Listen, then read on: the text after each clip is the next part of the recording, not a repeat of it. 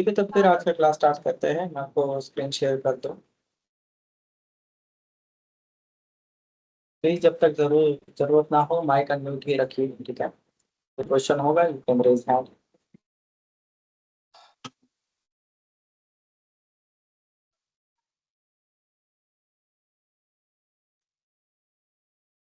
आप सबको स्क्रीन दिखाई दे रहा है?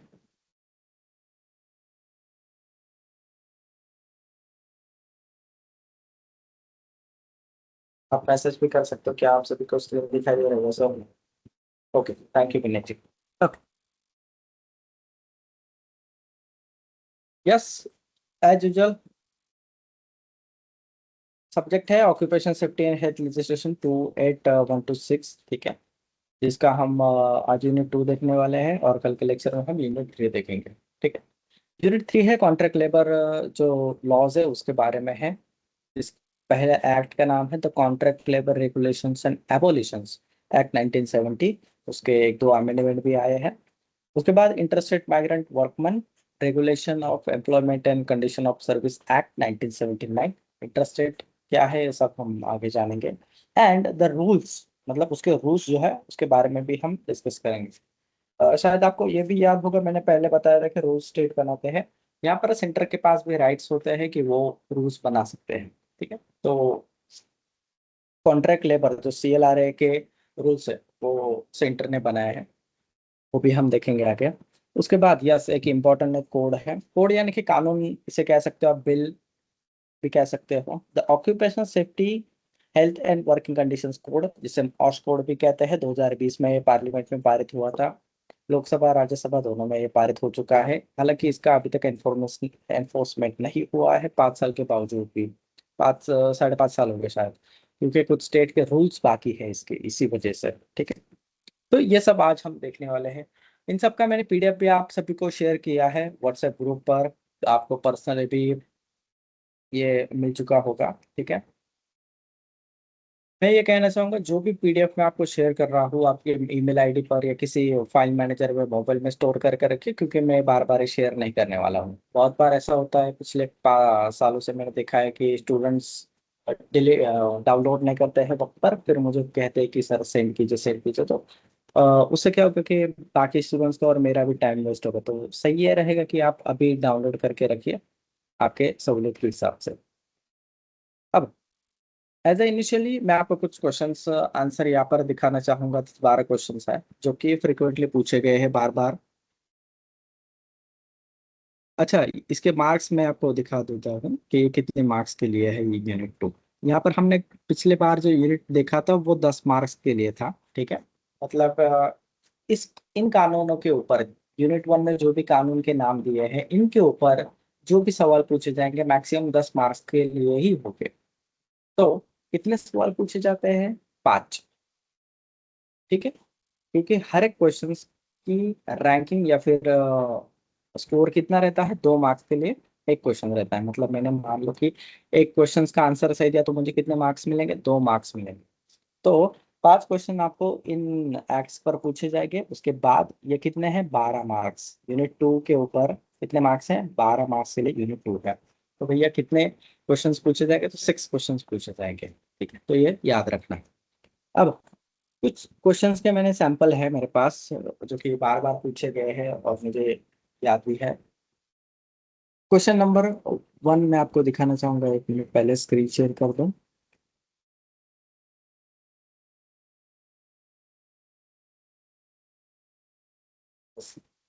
एज पर सेक्शन 12 क्वेश्चन किस तरीके से पूछा जाएगा? ऑप्शन रहते हैं, उसको मल्टीपल चॉइस क्वेश्चंस रहते हैं। ठीक है, आपको ऑप्शन दिए जाते हैं, 4 में से एक चुनना है। As per section 12 of the interstate migrant workman, ठीक है, उस एक्ट का नाम दिया जाएगा डैश डैश। ये भाई सेक्शन 12 के हिसाब से, ठीक है, इंटर स्टेट माइग्रेंट वर्कमैन में क्या दिया गया है या किसके रिगार्डिंग है ये सेक्शन 12। ठीक है, तो ये आपको यहाँ पर पूछा जा सकता है, इंटरस्टेट माइग्रेंट वर्कमैन एक्ट। तो एक्चुअली उसमें कॉन्ट्रैक्टर की ड्यूटीज दी गई है इंटरस्टेट माइग्रेंट वर्कमैन में। उसके बाद नेक्स्ट क्वेश्चन, यहाँ पर आंसर भी दिया गया, देखो, ड्यूटीज ऑफ कॉन्ट्रैक्टर। सेकंड है contract labour means worker. Contract labour की डेफिनेशन बताई गई है। अब ये कौन से एक्ट के हिसाब से, अगेन ये आपके इंटरस्टेट माइग्रेंट वर्कमैन में भी है कॉन्ट्रैक्ट लेबर का डेफिनेशन, तो उसके हिसाब से पूरा डेफिनेशन है, तो ये पढ़ लीजिएगा। जब आप एग्जाम के लिए स्टडी करते हो तो सबसे पहले आपको सारे एक्ट के पीडीएफ ओपन करने हैं, ठीक है, एक एक करके सेक्शन के टाइटल्स पढ़ने हैं। उसके बाद डेफिनेशन पूरा पढ़ लीजिएगा, दैट्स इट, इतना भी किया सफिशिएंट है। मैं आपको एग्जांपल देता हूँ। थर्ड क्वेश्चन है, as per contract labour central rules, ठीक है, तो सेंट्रल के रूल्स है 1977 में आए थे। सेक्शन 44 इसके बारे में है, the dining shall accommodate eight a time at least 30% of the contract. तो सेक्शन 44 यहाँ पर दिया गया है, एक्चुअली क्या होना चाहिए, रूल 44 होना चाहिए। रूल 44, रूल 44 क्या कहता है कि भाई at least 30% of the contract labour working at the timing. तो आपकी कैंटीन कितनी बड़ी होनी चाहिए, आपकी डाइनिंग कितनी बड़ी होनी चाहिए, जितने भी कॉन्ट्रैक्ट लेबर आपके पास है, जैसे कि 1000 लोग हैं एग्जाम्पल के लिए, तो उसमें से 30% लोग एक साथ खाना खा सके, इतना बड़ा आपका डाइनिंग एकोमोडेशन होना चाहिए, ऐसा उस रूल्स में दिखाया गया है। अब आगे उसको भी देखेंगे। Second, the floor area of the dining hall, मतलब फ्लोर एरिया क्या क्या होना चाहिए, चेयर्स वगैरह। The floor area of the dining hall excluding the area occupied by service counter, any furniture except table chair shall not be less than 1 square metre per diner. मतलब एक आदमी के लिए 1 स्क्वायर मीटर का जगह खाना खाने के लिए होना चाहिए, मतलब 1 मीटर बाय 1 मीटर मिनिमम, इतना तो होना चाहिए, ये याद रखना। तो इस तरीके से यहाँ पर आपके डाइनिंग हॉल का डायमेंशंस भी सेंटर के रूल्स में दिया गया है कि भाई आपका डाइनिंग मतलब आपका कैंटीन कितना बड़ा होना चाहिए। नेक्स्ट क्वेश्चन है, the as per the CL central labour, CLRA के आ जाता है, contract labour regulation and abolition act 1970 section 7, ठीक है, तो सेक्शन 7 पर क्वेश्चन पूछा गया था, तो सेक्शन 7 में क्या है वो पढ़ लेते हैं जनरली।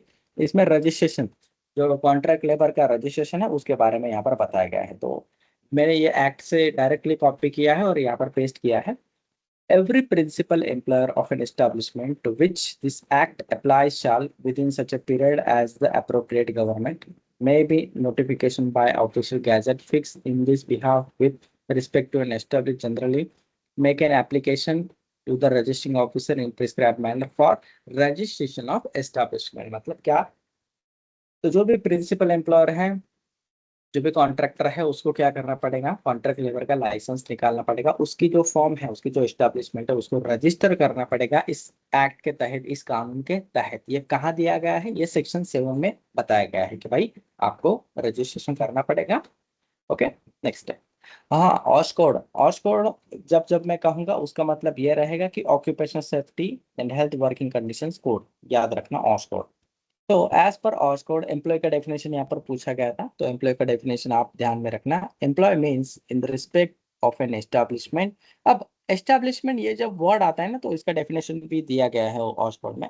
मतलब ये कोई फॉर्म हो सकता है, कोई प्राइवेट लिमिटेड कंपनी हो सकती है, कोई गवर्नमेंट की भी कंपनी हो सकती है, कोई पब्लिक सेक्टर अंडरटेकिंग भी हो सकती है, कोई भी कंपनी हो सकती है एस्टैब्लिशमेंट मतलब।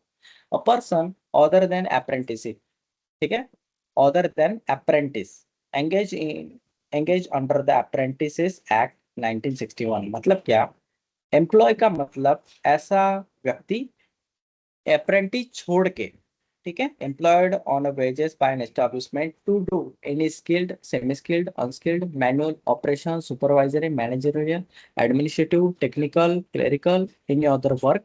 ठीक है, तो ये डेफिनेशन दिया गया है ऑक्सफोर्ड में कि भाई एम्प्लॉय किसे कहा जाना चाहिए।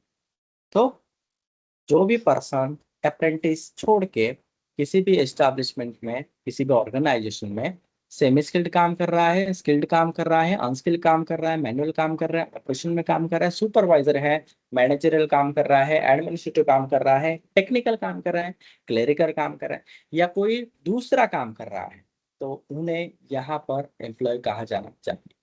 अगर वो एस्टेब्लिशमेंट के पेरोल पर है, तो उसके एस्टेब्लिशमेंट के एम्प्लॉयमेंट में है, तो सिंपल एज दैट। तो ये याद रखना। अब इस पर किस तरीके का भी सवाल पूछा जाए तो आपको आंसर आना चाहिए। Next, as per interstate migrant workman, हाँ, इसमें वर्कर वर्कमैन का डेफिनेशन पूछा गया था, तो ये वर्कमैन का डेफिनेशन है यहाँ पर। It means any person employed or in a connection with A work to of any establishment to do any skilled, semi skilled, unskilled, manual work। ठीक है, तो ये सारा पढ़ लीजिएगा, इतना बड़ा डेफिनेशन है, दो पार्ट में दिया गया है। तो ये इंटरसेट माइग्रेंट वर्कमैन का डेफिनेशन है उस एक्ट के तहत। नेक्स्ट क्वेश्चन ये है, interstate migrant workman to be deemed to be employment from the date of recruitment for the purposes of certain enactments। तो इस तरीके के ऑप्शंस आपको दिए जाते हैं या फिर इस तरीके का आपको स्टेटमेंट दिया जाता है। ठीक है, तो जैसे कि इंटरस्टेट माइग्रेंट वर्कमैन में यहाँ पर सेक्शन नंबर दिया जाएगा और उसके आगे ऑप्शन दिए जाएंगे कि सेक्शन 21 किसके बारे में है, सेक्शन 12 किसके बारे में है, तो उसका टाइटल आपको पता होना चाहिए। The occupational safety health and working condition code is a code to, ये ऑश कोड जो लाया गया है उसका मेन मकसद यही था कि भाई कंसोलिडेट करे सारे जो सेफ्टी के रूल्स है, एक्ट है, इसको कंसोलिडेट करने का काम ये ऑश कोड ने किया। मतलब 13 कानूनों को उन्होंने एक कंसोलिडेट मिक्स किया है, क्लब किया है, कंबाइन करने का काम किया है। ये हर एक स्टूडेंट्स को ये सवाल पूछा गया है। ठीक है, as per the OSH code mandatory minimum gratuity threshold is, हाँ ग्रेजुएटी थ्रेशोल्ड मतलब कितने सालों के बाद ग्रेजुएटी अप्लाई होगा तो उसको हम थ्रेशोल्ड कहते हैं। जैसे कि ग्रेजुएटी वर्कर को मिलता है, हर एक एम्प्लॉय को मिलता है। अभी फिलहाल का प्रैक्टिस था कि भाई 5 साल से ज्यादा अगर कोई भी एम्प्लॉय काम करता है किसी कंपनी में तो उसको ग्रेजुएटी देना जरूरी है।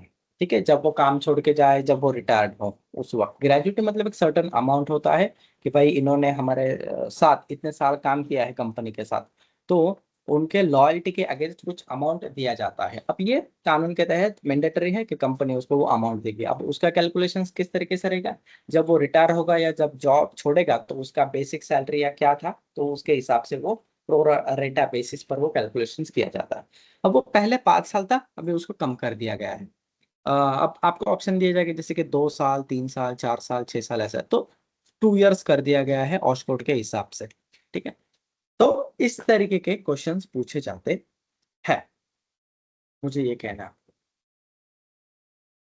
आई होप आपको थोड़ा आइडिया आ गया होगा कि किस तरीके के सवाल रहते हैं। अब एग्जैक्ट मैं आपको ऑप्शंस नहीं बता पाऊंगा कि किस तरीके से ऑप्शंस रहते हैं, क्या क्वेश्चंस का ये रहता है, लेकिन हमें आइडिया आ गया है कि क्या क्वेश्चंस रहता है और किस तरीके से पूछे जाते हैं।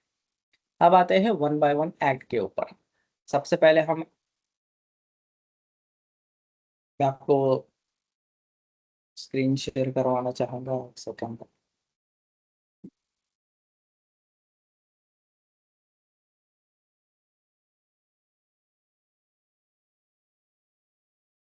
यस, सबसे पहले कॉन्ट्रैक्ट लेबर एक्ट 1970 के बारे में हम जानेंगे। अगेन, एक्ट डाउनलोड करने का जो अपना वेबसाइट है कॉन्ट्रैक्ट लेबर एक्ट, उस पर जाएंगे हम। अब मुझे डाउनलोड नहीं करना है, मुझे बस आपको ये दिखाना है कि कौन कौन से उसके रूल्स है। कॉन्ट्रैक्ट लेबर 1970, यहाँ पर हिंदी और इंग्लिश दोनों ही भाषा में आपको एक्ट पीडीएफ मिल जाएगा। अब यहाँ पर मैं रूल्स की बात करता हूँ, रूल्स देखो कब आए हैं। तो कॉन्ट्रैक्ट लेबर के रूल्स 1971 में आए हैं, मतलब नेक्स्ट ईयर आए हैं। उसके बाद फिर इसका अमेंडमेंट आया था, सेंट्रल अमेंडमेंट 2017 में। सोचो कितने सालों बाद अमेंडमेंट आया है। देन इसका सेकंड अमेंडमेंट भी आया है 2017 में ही, सेम 3 महीने के बाद। यहाँ पर देखो सितंबर मंथ में आता है, फिर उसके बाद दिसंबर मंथ में आता है। ओके, तो इस तरीके से आपको बस ये दिखाने के लिए मैं रूल्स पर इस वेबसाइट पर आपको लेके आया हूँ। सेकंड में मुझे आपको एक और चीज दिखानी है, रेगुलेशंस। एक सेकंड, कहाँ गए? यस, ये सारे नोटिफिकेशंस है, ये आप देख सकते हो नोटिफिकेशन। ये दिख रहा है आपको, registration of establishment mandatorily online on श्रम सुविधा पोर्टल। जो आप लेबर वगैरह का रजिस्ट्रेशन करते हैं श्रम सुविधा पोर्टल पर, तो इस तरीके से होता है। ये क्यों मैंडेटरी हुआ है, तो वो 2018 से मैंडेटरी हुआ है, इस तरीके से। ठीक है, यही दिखाना था मुझे, बाकी कुछ नहीं। आप ऑर्डर्स भी देख सकते हो अगर रहता है तो, सर्कुलर्स वगैरह ये सारे ऑप्शंस आप देख सकते हो। अब हम चलते हैं अपने कानून के ऊपर। द कॉन्ट्रैक्ट लेबर एक्ट 1970 में यहाँ पर ओपन करके रखा है। यस, 19 पेज का ये एक्ट का पीडीएफ है सिर्फ। अब अबे अमेंडिंग एक्ट्स देखिए। द कॉन्ट्रैक्ट लेबर अमेंडमेंट 1986 में आया था, ठीक है। डेलीगेटेड लेजिस्लेशन 2004 में एक अमेंडमेंट आया था।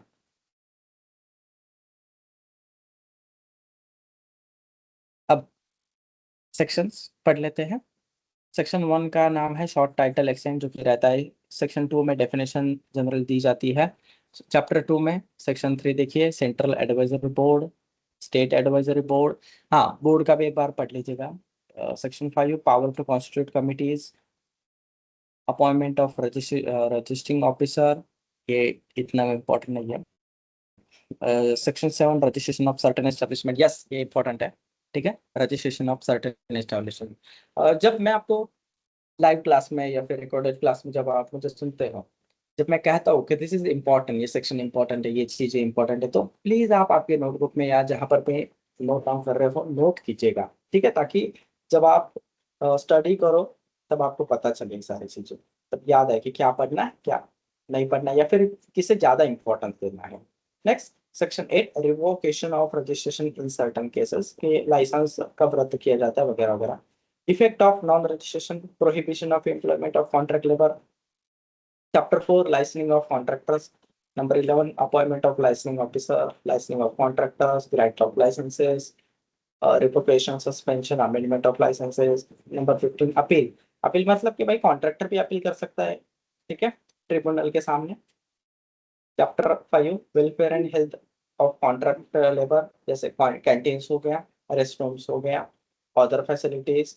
Section 19 first aid facilities. अब मैं यहाँ पर सेक्शन क्यों कह रहा हूँ, क्योंकि ये एक्ट है, रूल नहीं है। रूल्स का भी पीडीएफ में दिखाऊंगा आपको। ये देखो, द कॉन्ट्रैक्ट लेबर एक्ट 1970, इसलिए मैं इसे सेक्शन कह रहा हूँ। अगर ये रूल्स रहता जो कि 1971 में आया था, तो उसे मैं रूल्स कह। Liability of principal employer in certain cases. अब ये प्रिंसिपल एम्प्लॉयर क्या है, डेफिनेशन में पड़ेगा doctor. Responsibility for payment of wages, section 20, section 21 important है। Section 22 obstruction, contradiction, cognizance, limitation, prosecution, ये सब नॉट इम्पॉर्टेंट आई गेस, इस पर सवाल नहीं पूछेगा आज तक। मिसेलेनियस 28 इंस्पेक्टिंग स्टाफ, ये इंपॉर्टेंट है। 29 register other records to be maintained, ये इम्प्लीमेंटेशन वाले के लिए इंपॉर्टेंट है। 13 effect of laws on agreement in consistent with this act. 31 power to exempt in special cases, power to make rule, power to remove difficulties. अब यहाँ पर देखिए section 35 जो है पावर टू मेक रूल्स, इसका मतलब ये रहेगा, मुझे मैं आपको अभी बता दूं कि इस सेक्शंस के तहत गवर्नमेंट इससे रिलेटेड रूल्स बना सकती है। अब अप्रोप्रिएट गवर्नमेंट ये वर्ड यहाँ पर इस्तेमाल किया होगा, गारंटेड। अब मैं आपको दिखा देता हूँ सेक्शन 35। अप्रोप्रिएट गवर्नमेंट एक तो क्या रहेगा, जैसे देखिए द अप्रोप्रिएट गवर्नमेंट, देख रहे हो, द अप्रोप्रिएट गवर्नमेंट में subject to the condition previous publication make rules for carrying out the purposes of this act, मतलब इस एक्ट के पर्पस के लिए, एनफोर्समेंट के लिए या जो भी हो, बेहतरी के लिए हम अप्रोप्रिएट गवर्नमेंट को अधिकार देते हैं कि वो इससे रिलेटेड रूल्स बना सकते हैं। अब अप्रोप्रिएट गवर्नमेंट का कौन है, तो वो डेफिनेशन में आपको दिखेगा, एक तो सेंट्रल गवर्नमेंट, एक तो state government, simple as that, ठीक है। फिर रूल्स जब आप पढ़ोगे तो आप ये देखोगे कि as per section 35 of this act हमने ये रूल्स बनाए हैं। जब हम रूल स्टडी करेंगे तब मैं दिखाऊंगा। तो इस तरीके से कुल मिला के कितने सेक्शंस है, सेक्शन 35 है यहाँ तक। ओके, अब हम एक एक करके सेक्शन देखते हैं। Act number 37 of 1970, 5 September 1970। Short title extend, title क्या है, the contract labour regulation and abolition act 1970। कहाँ पर लागू होगा, पूरे भारत में। नेक्स्ट, इट अप्लाइज टू, कि हाँ किस पर अप्लाई होगा, यस ये इंपॉर्टेंट है भाई, सब पर अप्लाई होगा क्या, तो एवरी एस्टेब्लिशमेंट इन विच 20 और मोर workman employed or were employed in day, मतलब जहां पर 20 या 20 से ज्यादा कॉन्ट्रैक्ट लेबर काम करते हैं, ऐसे हर एक एस्टेब्लिशमेंट पर ये लागू होगा, ठीक है। अब कॉन्ट्रैक्ट लेबर किसे कहा जाना चाहिए, मान लो कि मैं मैनेजर हूँ, क्या मैं कॉन्ट्रैक्ट लेबर हूँ क्या, तो डेफिनेशन में जाइए, कॉन्ट्रैक्ट लेबर का डेफिनेशन क्या दिया गया है।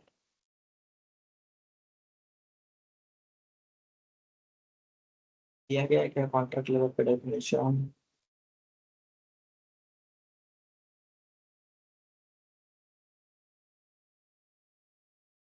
शायद इसमें नहीं दिया गया, लेकिन कॉन्ट्रैक्ट लेबर का डेफिनेशन जो जो कॉन्ट्रैक्ट लेबर के कैटेगरी के अंडर आएगा तो उन सब पर ये लागू हुआ, ये भी याद रखें, ठीक है। तो आगे बढ़ते हैं। सेक्शन 1 में ही हूँ अभी मैं। ये स्टेट अमेंडमेंट के बारे में यहाँ पर दिया गया है।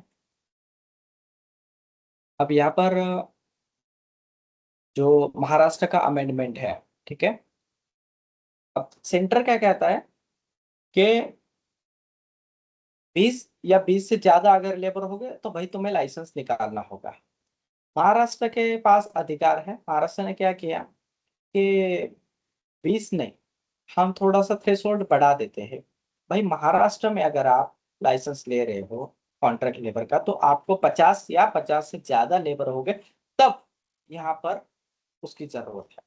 तो ये महाराष्ट्र का अमेंडमेंट हो गया, यहाँ पर ये मेंशन भी है, देखिए 50 और मोर वर्कमैन, सिंपल एज दैट, ठीक है। यहाँ पर वर्कमैन लिखा गया है कि क्या लिखा गया है, वर्कमैन। अब इसका डेफिनेशन इसमें दिया है वर्कमैन का, तो वर्कमैन किसे कहा जाना चाहिए, एक सेकंड में आपको दिखा।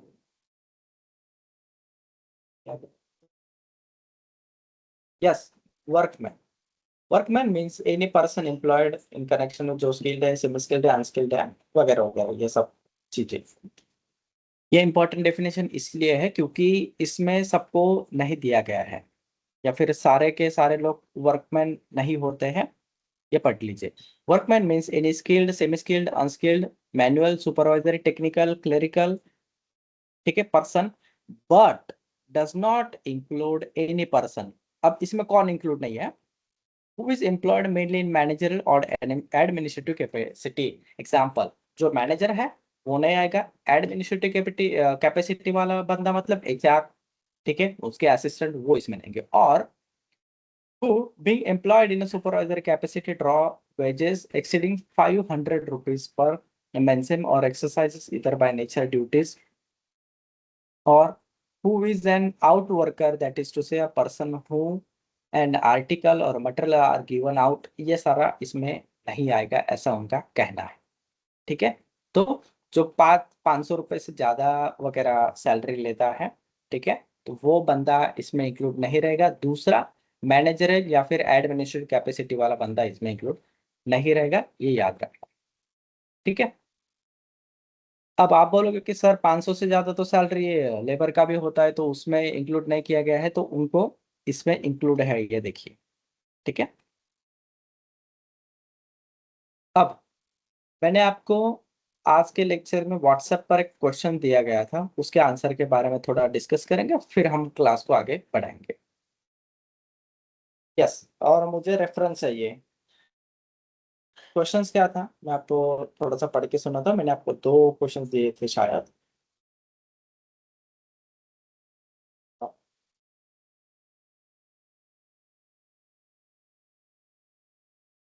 यस, पहला क्वेश्चन था द ऑक्यूपेशनल सेफ्टी मतलब OSH code has introduce several significant changes to existing labour law at present the working hours. हाँ, वर्किंग आवर के बारे में था, ठीक है। तो वर्किंग आवर कितना है ऑस्कोड के हिसाब से, कोई बताएगा मुझे? और विथ रेफरेंस बताने की sir, as per this section, as per this rule, state का रेफरेंस है तो भी चलेगा। 8 आवर्स सर। 8 आवर्स है। सेक्शन जरा बताइए मुझे, कौन से सेक्शन में मेंशन है सेक्शन ऑस्कोड के? और कोटा 25 सर। सेक्शन 25। ओके, और कोई आंसर देना चाहेगा?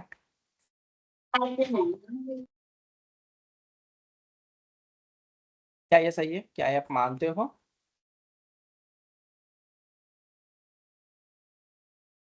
जी सर। यस यस, रुको जरा, ऑक्सफोर्ड का मैं सेक्शन नंबर 20 निकालता हूँ, ठीक है।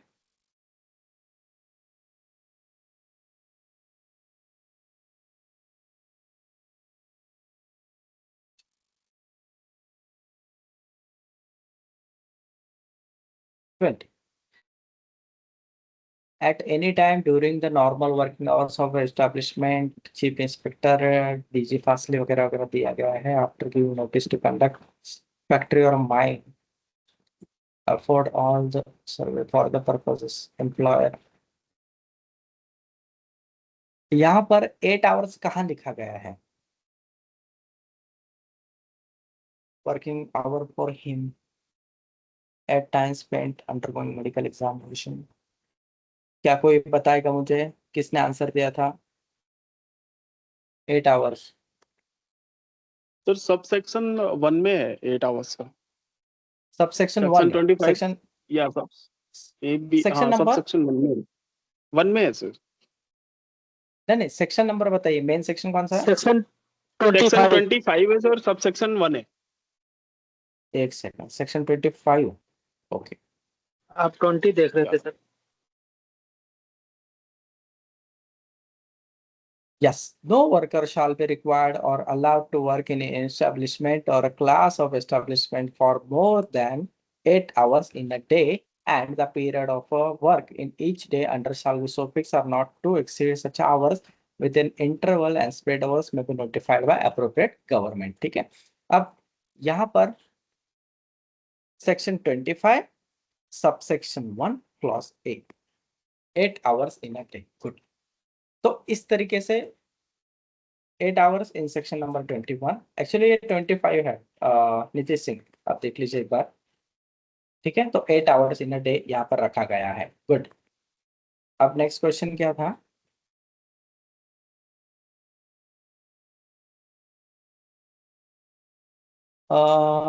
ऑक्सफोर्ड के हिसाब से total number of leaves per year will remain unchanged. The new regulations specify that the employees will now earn 1 day leave for every dash dash days of work instead of the current standard of 45 days. हाँ. अरे वो on leave रहता है ना, जैसे कि 20 दिन काम किया तो एक ऑन लीव मिलता है, 45 डेज काम किया तो एक ऑन लीव मिलता है. तो उसका कहाँ दिया गया है ऑन लीव? किसको मिला है क्या इसमें?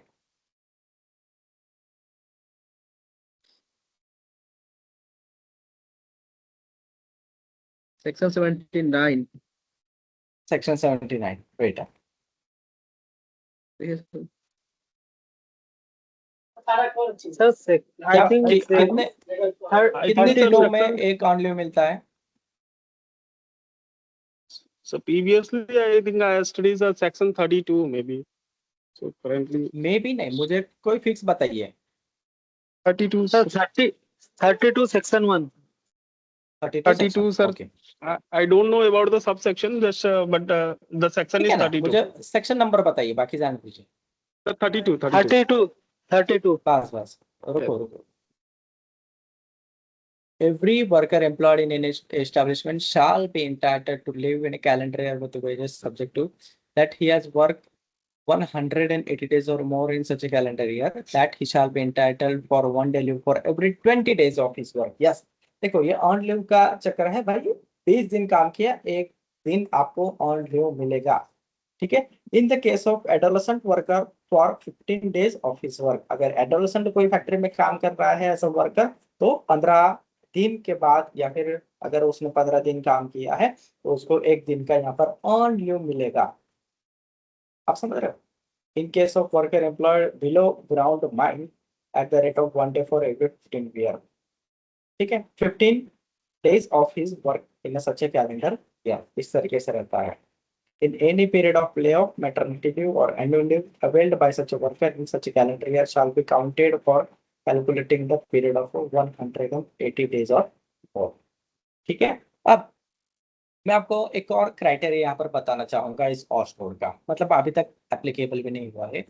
ये ऑन लीव का जो फैसिलिटी है, या फिर हम इसे वेलफेयर के नाम से जानेंगे, तो ये कब आपको मिलता है? जब आपने 180 दिन उस फैक्ट्री में काम किया है तब, या फिर उस एस्टेब्लिशमेंट में काम किया है तब मिलेगा. ठीक है. आप 100 दिन काम कर चुके हैं एम्प्लॉय सिर्फ, और फिर वो बोलेगा कि सर मुझे अर्न लीव चाहिए, तो नहीं मिलेगा. समझ रहे हो? तो इस तरीके से वो कैलकुलेशन रहेगा. और वेरी गुड. आप सभी ने बहुत अच्छे तरीके से यहाँ पर आंसर दिया है. शमसुद्दीन जी बताइए जरा, क्या क्वेश्चन है आपका? शमसुद्दीन शरीफ.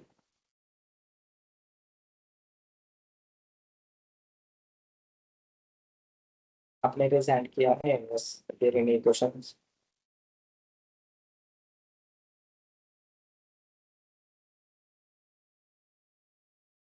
और मुझे अच्छा लगा आपने क्वेश्चंस के आंसर ढूंढ के रखे, ठीक है, और बहुत अप्रोप्रिएटली आपने इतना बड़ा एक्ट था ढूंढ के वहाँ पर स्पेसिफिकली इसको फाइंड आउट करके पॉइंट आउट किया है, बहुत अच्छा लगा मुझे।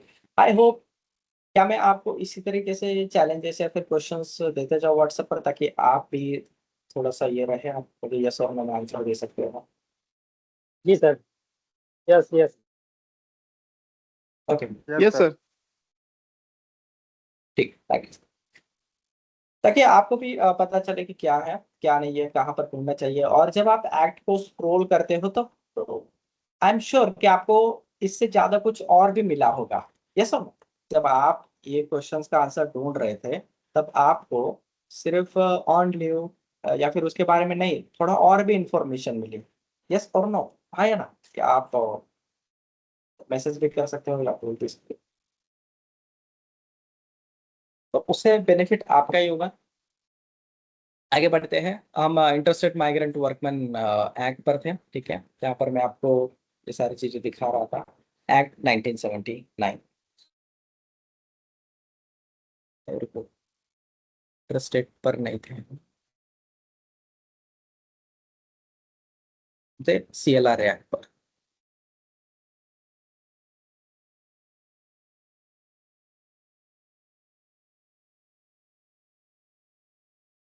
यस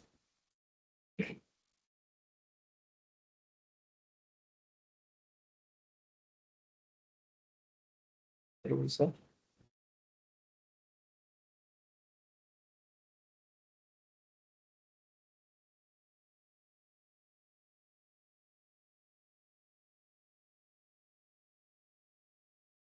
सर द पीडीएफ जो है sir, PDF file the OHS करके है, वही पीडीएफ है सर। उसी पीडीएफ से हम लोग वेजेस करके, लास्ट द OHS है, उसके बाद सर, उसके बाद जस्ट यस अच्छा सर। हाँ ये वाला, थैंक्स थैंक्स थैंक्स। अच्छा हाँ, ये एक्ट वाला PDF है, ठीक है। CLR है, contract labour regulation abolition act 1970, जिसमें हमने डेफिनेशन देखा था, विच इज इम्पोर्टेंट। एक एक करके डेफिनेशन हम देख लेते हैं, क्या क्या है इंपॉर्टेंट। अप्रोप्रिएट गवर्नमेंट पता है आपको, सेंट्रल या तो स्टेट होता है। Contractor, workman shall be deemed to be employed as contract labour. Yes, yeah हाँ, या देखो कॉन्ट्रैक्ट लेबर का डेफिनेशन नहीं मिल रहा था, ये डेफिनेशन है यहाँ पर। A workman shall be deemed to be employed as a contract labor in or in connection with the work of an establishment when he is hired in or in connection with such work by or through a contractor with or without the knowledge of a principal employer। देखो, जब कोई भी person establishment में contractor के through higher किया जाएगा तो उसे कॉन्ट्रैक्ट लेबर कहा जाएगा। ओके, याद रखना। नेक्स्ट, अब कॉन्ट्रैक्टर किसे कहा जाएगा भाई, उसका डेफिनेशन हमने पढ़ लिया है, फिर भी पढ़ते हैं। Contractor in relation to an establishment means a person who undertakes to produce given result for an establishment other than mere supply of goods, of articles, or of a manufacturer to such a establishment through contract labor, or who supplies contract labor for any work of the establishment and includes a subcontract। Contractor किसे कहा जाना चाहिए, तीन चीजें दी है। एक तो भाई मैं उस एस्टेब्लिशमेंट को, मतलब उस कंपनी को लेबर प्रोवाइड करता हूँ तो मुझे कॉन्ट्रैक्टर कहा जाएगा। नंबर टू, मैं उनको मटेरियल भी प्रोवाइड कर रहा हूँ और उसके साथ, उस मटेरियल के साथ उनका जैसे कि कंस्ट्रक्शन का काम है तो वो उसमें भी मैं हेल्प कर रहा हूँ। सिर्फ मैं अगर मटेरियल प्रोवाइड कर रहा हूँ, जैसे कि स्टील में सप्लाई कर रहा हूँ किसी कंपनी को, एग्जांपल L&T कंपनी का, ठीक है, तो क्या मैं कॉन्ट्रैक्टर कहा जाऊंगा? नहीं, तो मैं सप्लायर कहा जाऊंगा। मैं सिर्फ उनको स्टील प्रोवाइड करता हूँ तो मैं क्या हो गया, सप्लायर हो गया। I am not a contractor. तो उस एक्ट के अंडर में फॉलो होगा क्या? नहीं, आई एम ओनली और मेयरली अ सप्लायर, ठीक है, तो मैं कॉन्ट्रैक्टर नहीं। तो ये याद रखना। अब कॉन्ट्रैक्टर किससे कहा जाता है? मैं मैन पावर दे रहा हूँ। नंबर टू, मैं मटेरियल भी दे रहा हूँ और उस मटेरियल के साथ उनका जो भी प्रोजेक्ट है उसमें भी मैं काम कर रहा हूँ, जैसे कि मैं स्टील का भी सप्लायर कर रहा हूँ, मैं स्ट्रक्चर का भी काम कर रहा हूँ। सो आई एम अ कॉन्ट्रैक्ट। अब LNT का काम बड़ा है तो मैं मटेरियल भी दे रहा हूँ, मैं मैन पावर भी दे रहा हूँ। अब मेरे से ये बड़ा प्रोजेक्ट है तो वो ये कवर नहीं हो पा रहा है, तो मैंने क्या किया, 2-3 सब कॉन्ट्रैक्टर भी हायर कर लिए, तो वो भी यहाँ पर मटेरियल और मैन पावर दे रहे हैं, तो वो सब कॉन्ट्रैक्टर भी कॉन्ट्रैक्टर के डेफिनेशंस में आ जाता है। आप समझ रहे हो बात को? तो इस तरीके से ये सब चलता है। नेक्स्ट है कंट्रोल्ड इंडस्ट्री, पढ़ लीजिएगा। इंपॉर्टेंट डेफिनेशन है एस्टेब्लिशमेंट। अब एस्टेब्लिशमेंट किसे कहा जाता है? एस्टेब्लिशमेंट मीन्स एनी ऑफिस और डिपार्टमेंट ऑफ द गवर्नमेंट और लोकल अथॉरिटी। अब लोकल अथॉरिटी कौन होता है? देखो, नंबर 1 म्यूनिसिपल कॉर्पोरेशन, ठीक है। उसके बाद आता है आपका हाउसिंग डेवलपमेंट, जैसे कि सिडको हो गया, फिर महाडा हो गया, यहाँ पर महाराष्ट्र की बात कर रहा हूँ मैं, ठीक है। सिडको आई थिंक बहुत सारे स्टेट्स में है, तो वो लोकल अथॉरिटी आ जाता है। ग्राम पंचायत इसमें आ जाती है, नगर परिषद इसमें आ जाता है, ठीक है।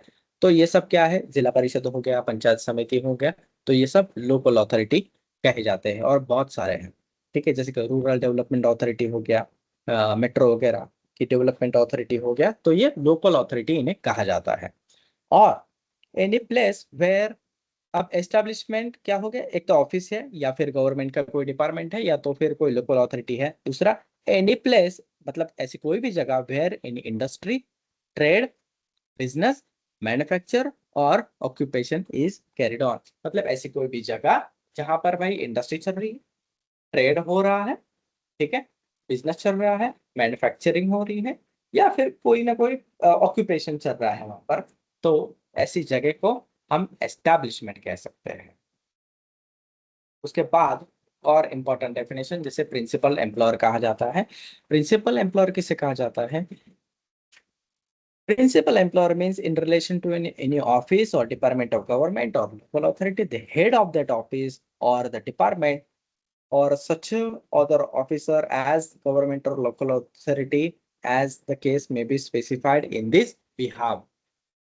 Next, in factory, the owner or occupier of the factory where a person has been named as a manager of the factory under the Factories Act. मतलब फैक्ट्री एक्ट के हिसाब से जो ऑक्यूपायर है वो प्रिंसिपल एम्प्लॉयर होता है, ठीक है। अब कोई ऑफिस हो गया, या तो कोई डिपार्टमेंट गवर्नमेंट का डिपार्टमेंट हो गया, या तो कोई लोकल अथॉरिटी हो गया, तो उन्होंने जो head of that office appointment किया है, उस पर्सन को हम प्रिंसिपल एम्प्लॉयर कहेंगे, ठीक है। उसके बाद माइन, माइन द ओनर और agent of the mine where a person has been named as the manager of the mine, the person so named, ठीक है। कोई भी माइन है, ठीक है, तो उस माइन का जो भी ओनर है या एजेंट है उसका, तो उसे हम यहाँ पर प्रिंसिपल एम्प्लॉयर कहेंगे। In any other establishment any person responsible for supervision and control of the establishment. तो कोई भी एस्टेब्लिशमेंट है तो उसका ओवरऑल अथॉरिटी कौन है, मालक कौन है, या फिर हेड कौन है, सुप्रीम अथॉरिटी कौन है, उससे हम प्रिंसिपल एम्प्लॉयर कह सकते हैं, ठीक है। तो ये सारा डेफिनेशन है, यहाँ पर एक्सप्लेनेशन भी दिया गया है माइन के केस में। वेजेस, वेजेस मतलब सैलरी होता है। उसके बाद वर्कमैन, ये उसका डेफिनेशन है पूरा, तो ये भी पढ़ लीजिएगा, वर्कमैन का डेफिनेशन इंपॉर्टेंट है। उसके बाद इंपॉर्टेंट है section number 3, central advisory board. तो उसका चेयरमैन कौन होता है, कितने मेंबर रहते हैं, ये सब पढ़ लीजिएगा, सेंट्रल और स्टेट एडवाइजरी बोर्ड का। That's it. तो बहुत इंपॉर्टेंट है। अब मैं सेक्शन के ऊपर जाऊंगा, उसके बाद आपको इंपॉर्टेंट सेक्शन के ऊपर सीधा जंप कराता हूँ। सेंट्रल एडवाइजरी बोर्ड, ये पढ़ लीजिएगा। Registration of certain establishment, section number 7.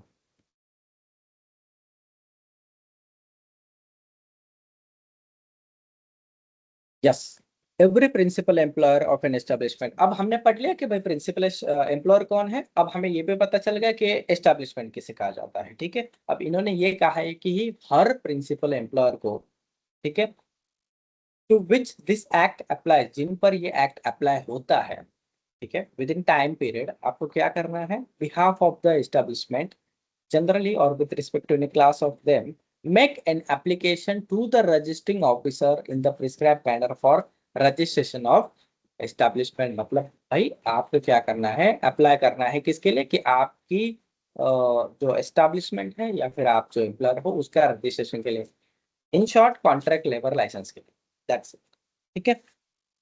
provided that a registering officer may entertain any such application after the expiry of period से अब इन्होंने ये सब दिया गया है। अब आपको बताओ, आजकल ये सब काम ऑनलाइन हो चुका है। हर एक स्टेट के पास इसका पोर्टल भी है और सेंटर का भी एक पोर्टल है जिस पर आप सेंटर के लिए अप्लाई कर सकते हो। और मैंने सुना है कि सेंटर का जो लेबर लाइसेंस है या फिर आप इसे कॉन्ट्रैक्ट इस एक्ट के तहत जो भी लाइसेंस मिलता है, जो भी रजिस्ट्रेशन का सर्टिफिकेट मिलता है, वो हर एक स्टेट के लिए अप्लाई रहता है। ठीक है, अगर 20 से ज्यादा लोग हैं तो आप सेंटर में भी अप्लाई कर सकते हो। महाराष्ट्र में अप्लाई करना है तो भी आपको 50 से ज्यादा लोग होने चाहिए। तो जो भी डिपार्टमेंट ऑफ लेबर रहेगा तो वो उनके पोर्टल पर जाके आप ये कर सकते हो। हर एक स्टेट का अपना अपना पोर्टल है। अब इसके बारे में मैं आपसे जानना चाहूंगा, क्या कोई इस एक्टिविटी में इन्वॉल्व था, जैसे कि कॉन्ट्रैक्ट लेबर का रजिस्ट्रेशन या उनका लाइसेंस का रिव्यू करते हो आप? तो जरा बताइए मुझे।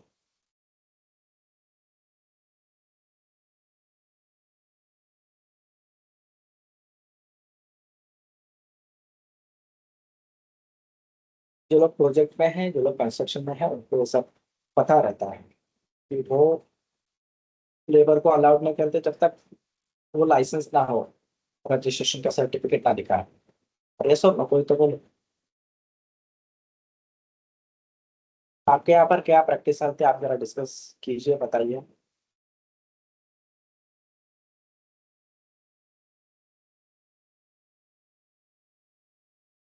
या किसी को नहीं पता लेबर लाइसेंस के बारे में या फिर रजिस्ट्रेशन के बारे में, ऐसा मैं एज्यूम कर लेता हूँ।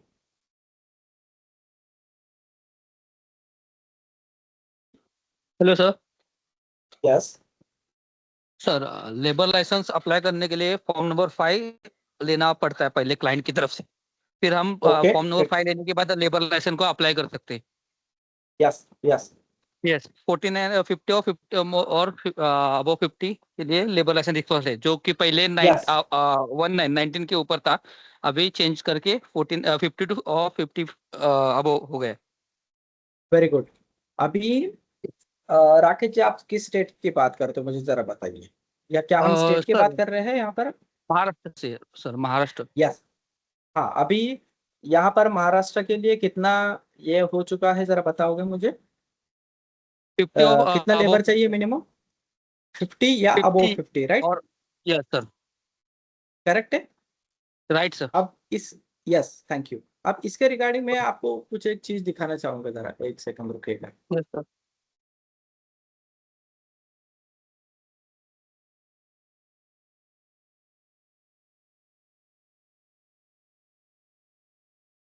यहाँ पर कहीं महाराष्ट्र का अमेंडमेंट था जिसमें वो 50 लिखा हुआ था। यस, ये देखिए यहाँ पर सेक्शन 1 के बारे में यहाँ पर बताया गया है। ठीक है, कि इनको यस सर। रजिस्ट्रेशन जरूरी है। यहाँ पर स्टेटमेंट में देखिए, Maharashtra amendment of section 1 of 37 of 1970।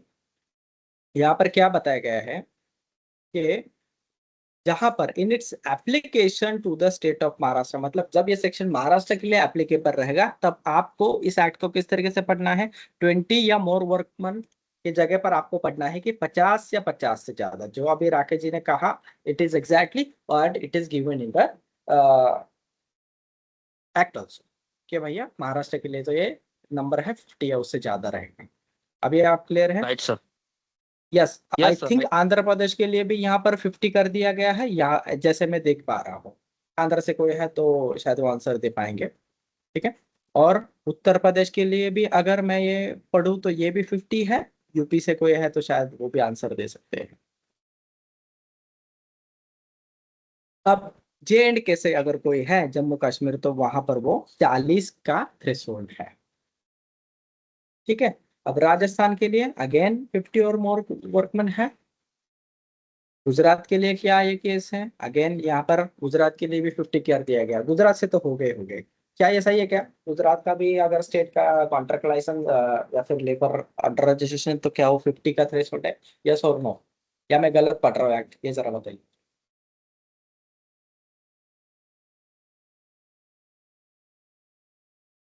Nitish ji, thank you. तो जो आप इतने सालों से या फिर कुछ महीनों से ये सुनते आ रहे हो कि यार महाराष्ट्र में 50 से ऊपर है भाई, आप क्या करो, लेबर लाइसेंस निकालो। ठीक है, महाराष्ट्र के लेबर लाइसेंस या फिर कॉन्ट्रैक्ट लेबर रूल्स के तहत, एक्ट के तहत आप हमें लाइसेंस दे दो। ओके, अब ये किसी ने हमें बताया है इसलिए हमें पता है, राइट। आज आपको ये दिख गया कि ये कहाँ पर मेंशन है, तो मैं ये कहना चाहता हूँ कि ये यहाँ पर मेंशन है। अरुणाचल प्रदेश के लिए अगेन ये 50 का थ्रेशोल्ड है, तो ये सारे एक्ट के लिए ये इस तरह, सारे स्टेट के लिए ये इस तरीके से रहता है, मुझे ये दिखाना, सिंपल एज दैट। ओके, अब यहाँ पर फॉर्म 5 कुछ है। एक्चुअली मेरे पास फॉर्म 5 का फॉर्मेट भी था महाराष्ट्र, मेरे टीम का था, भी मैं, मेरे पास नहीं है, वरना मैं दिखाता आपको कि फॉर्म 5 जो प्रिंसिपल एम्प्लॉयर भर के देता है आपको, सही सिक्का अगर सब उनका रहता है, ठीक है, तो स्टैम्प करके देता है, तो फॉर्म 5 अटैचमेंट करके आप वहां पर अप्लाई करते हो ये लाइसेंस के लिए। खैर आगे बढ़ते हैं। Welfare, yes welfare is important. यहाँ पर आपको कैंटीन्स के ऊपर यहाँ पर क्वेश्चंस पूछे जाते हैं, कैंटीन के ऊपर चलते हैं, सेक्शन नंबर 16, कैंटीन्स। ठीक है, तो कैंटीन्स का क्या गया है यहाँ पर पढ़ लीजिए। द अप्रोप्रिएट गवर्नमेंट में मेक रूल्स। अब ये रूल्स कौन बनेंगे?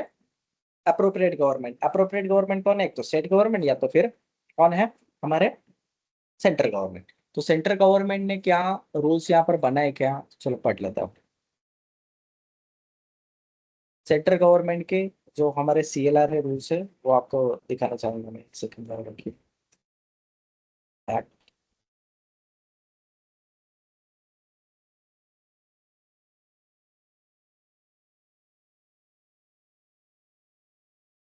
यस, यहाँ पर ये देखिए, this rules may be called contract labour regulation in abolition.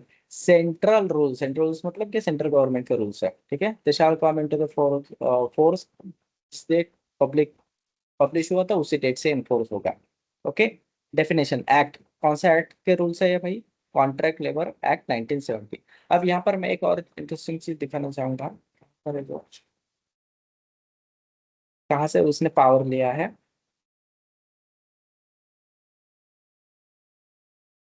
in the exercise power confirmed by subsection 3 of section 1 of the CLR Act।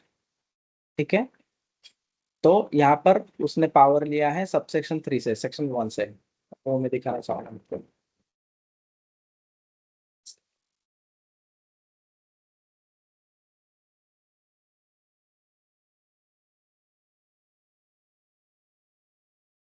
ये कॉन्ट्रैक्ट लेबर एक्ट है 1970, सेक्शन 1, ठीक है।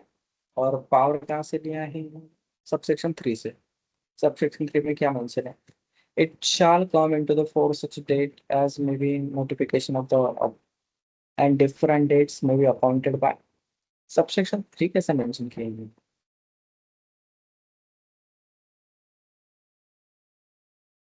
come from section 1 of the 370। I don't know वैसे तो। Yes, ये देखिए दूसरा दिया गया है सेक्शन 35 ऑफ 1970। ठीक है, अब सेक्शन 35 पर जाते हैं।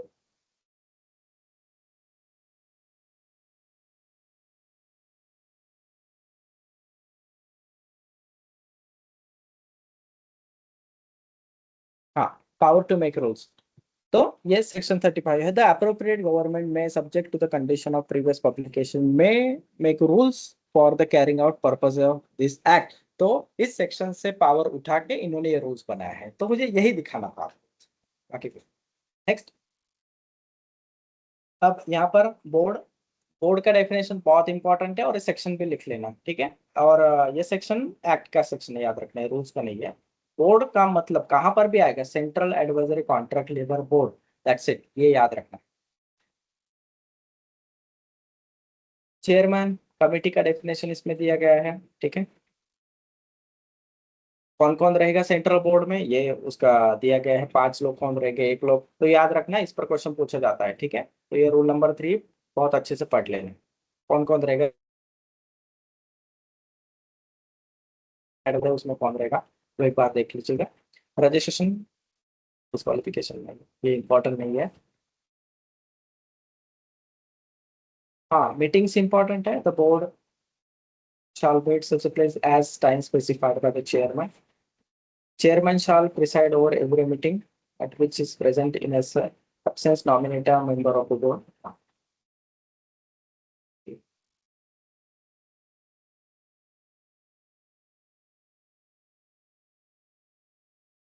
हाँ, यस. अब यहाँ पर उनको जो भी लाइसेंस दिया जाएगा या रजिस्ट्रेशन सर्टिफिकेट दिया जाएगा उसका फॉर्म 2 रहेगा, याद रखना. ठीक है, तो फॉर्म 2 में ही उनको ये दिया जाएगा.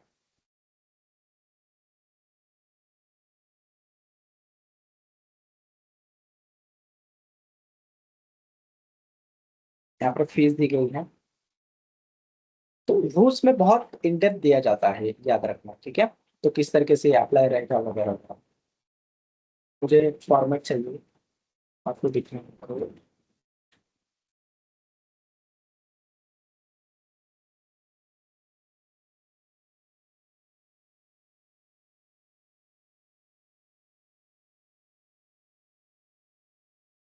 यहाँ पर देखो, रूल नंबर 42 में कैंटीन्स के बारे में कितना डिटेल दिया गया है. ठीक है, in every establishment act apply wherein work regarding employment is likely to continue for 6 months और वेयरिंग कॉन्ट्रैक्ट लेबर नंबरिंग 100 और मोर आर ऑर्डिनरी एम्प्लॉयड. मतलब ऐसा कोई भी प्रोजेक्ट जिसमें 6 महीने से ज्यादा लगने वाले हैं और जिस जगह पर 150 से 100 और मोर 100 से ज्यादा अगर एम्प्लॉय काम कर रहे हैं वहां पर आपको कैंटीन्स प्रोवाइड करनी पड़ेगी, याद रखना. ठीक है, तो ordinarily employed and adequate canteen shall be provided by the contractor for the use of such a contract labor within 60 days of the date of coming into the force. मतलब 2 महीने से पहले इस रोज के बाद आपको कैंटीन देनी पड़ेगी. तो इस तरीके से इसे पढ़ा जाता है. Consist at least dining hall, kitchen, store room, क्या क्या होना चाहिए, पैंट्री होनी चाहिए, ये सब इसमें दिया गया है. तो रूल्स में सारा इंडेप्थ दिया जाता है. एक्ट में क्या होना चाहिए, क्या नहीं होना चाहिए, कैंटीन देनी चाहिए, ये देना चाहिए, लेकिन कब देना चाहिए, कौन देगा, उस कैंटीन में क्या क्या होगा, ये सब रूल्स में दिया जाता है, ना कि एक्ट में. ठीक है, यस. अभी ये इंपॉर्टेंट रूल नंबर 44 याद रखना, इस पर 1000% क्वेश्चन आता है. CLRA का ये रूल नंबर 44 है. The dining shall accommodate at the time at least 30% of the contract labour working at a time. मैंने कहा था. दूसरा कंडीशन ये है, the floor area shall be not less than 1 square metre per diner. मतलब एक व्यक्ति को 1 स्क्वायर मीटर जगह होनी चाहिए वहां पर खाना खाने के लिए. ये इंपॉर्टेंट है, यही दिखाना चाहता था. That's it. ठीक है, लैट्रिन यूरिनल्स का नंबर अगेन फैक्ट्री एक्ट में आप कहीं पे देखोगे लैट्रिन यूरिनल का नंबर नहीं, ये फैक्ट्री रूल्स में दिया गया है कि कितने यूरिनल्स होने चाहिए, कितने लैट्रिन्स होने चाहिए. तो यहाँ पर ये देख लीजिए. Where females are employed there shall be at least 1 latrine for every 25 females. Where males are employed there shall be at least 1 latrine for every 25 male. 25 लोगों के पीछे एक लैट्रिन होना चाहिए वहां पर. That's it. यूरिनल्स का भी नंबर दिया गया है, आप पढ़ लीजिएगा, आपके पास PDF है. मैं हर एक चीज आपको ये नहीं कर पाऊंगा. यस, अभी तक हमने CRA का एक्ट और रूल्स पढ़ा है. क्या कोई डाउट है आपको इसमें? नंबर ऑफ यूरिनल्स पूछे जा सकते हैं. जो जो मैं कह रहा हूँ ये इंपॉर्टेंट है, ये इंपॉर्टेंट है, आप नोट कर लीजिए, वही रेफर कीजिएगा. बाकी नहीं रेफर किया तो दिन चलेगा for the sake of exam. Okay, किसी को कोई क्वेश्चन है you can ask related to जो भी पढ़ाया गया है वो.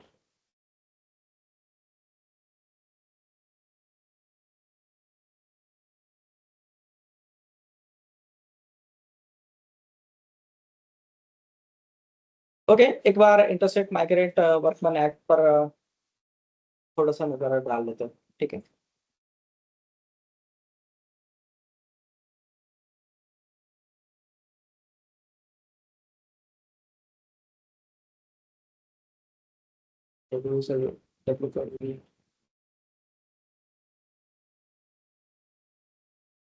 अमेंडमेंट है इसकी. हाँ, interstate migrant workman act 1979.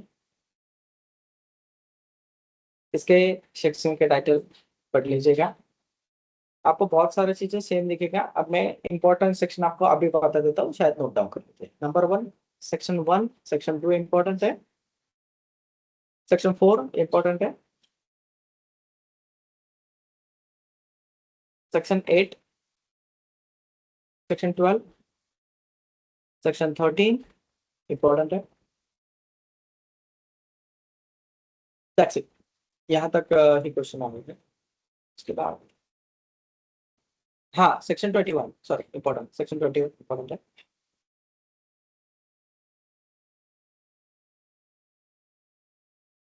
That's it. Again यहाँ पर अगर आप देखोगे तो सेक्शन 35 में दिया गया है कि पावर टू मेक रूल्स, तो आप देख लीजिए। Next, interstate migrant workman act, section 1 और जाएंगे हम। उसका टाइटल दिया जाता है, कहाँ पर लागू होगा, पूरे भारत में लागू होगा, ये हमें बताया गया है। अब कौन से एस्टेब्लिशमेंट पर अप्लाई रहेगा, तो एवरी एस्टेब्लिशमेंट इन विच 5 और more interstate migrant workman are employed or who were employed on any day, ठीक है। मतलब 5 या 5 से ज्यादा इंटरस्टेट माइग्रेंट वर्कमैन जहां पर भी एप्लीकेबल है, काम कर रहे हैं वहां पर ये एप्लीकेबल रहेगा। Okay, next, to every contractor who employs और हु एम्प्लॉयड 5 और मोर इंटरस्टेट माइग्रेंट वर्कमैन, ठीक है। कोई भी कॉन्ट्रैक्टर जिसके पास 5 से ज्यादा इंटरस्टेट माइग्रेंट वर्कमैन है। एप्रोप्रिएट गवर्नमेंट का डेफिनेशन रिपीट नहीं करूंगा मैं। कॉन्ट्रैक्टर का डेफिनेशन यहाँ पर देख लीजिए। Contractor in relation to establishment means a person who undertakes to produce given result to establishment other than mere supply of goods or articles by employment of a worker supply workman to an establishment and includes subcontractor, khatadar, sardar, agent or any other person by whatever name called who recruits employees workman। Same definition है, ज्यादा changes नहीं है, लेकिन यहाँ पर सरदार, कोई खातादार या फिर कोई एजेंट या कोई भी ऐसा व्यक्ति जिस भी नाम से जाना जाए जो यहाँ पर लोगों को सप्लाई करता है या फिर मटेरियल और वो काम भी करके देता है, उनको यहाँ पर कॉन्ट्रैक्टर कहा जाएगा। Under the act interstate migrant workman act 1979, जिसके पास 5 या 5 से ज्यादा दूसरे राज्य से आए हुए वर्कर है या फिर वर्कमैन है, ये याद रखना है। यस, किसी ने माइक अनम्यूट किया था, कुछ कहना है आपको? सॉरी सर, बाई मिस्टेक हो गई। ओके, आपको एक बात बताओ कि अगर आपने CLRA एक्ट और रूल्स अप्लाई कर दिया ना, अपने आप interstate migrant workman act comply हो जाता है, ठीक है। फिर भी मैं आपको इंडिया कोड पर इसका ये दिखाना चाहूंगा, just for a sake, regulation मुझे दिखाना है इसीलिए, बाकी कुछ नहीं है।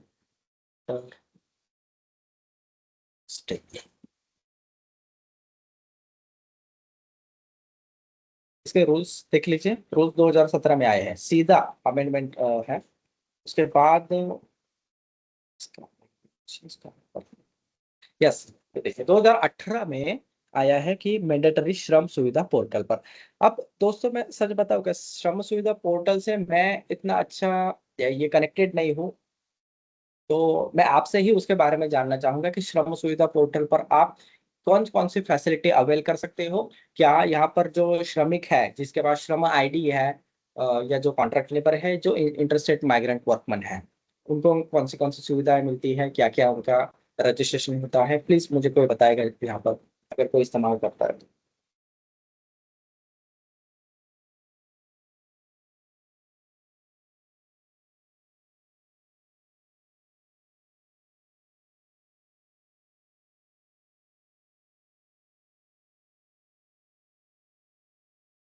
क्या हम अ, जो भी लेबर है उसके रजिस्ट्रेशन के लिए यहाँ पर श्रम सुविधा पोर्टल का इस्तेमाल करते हैं, हाँ या?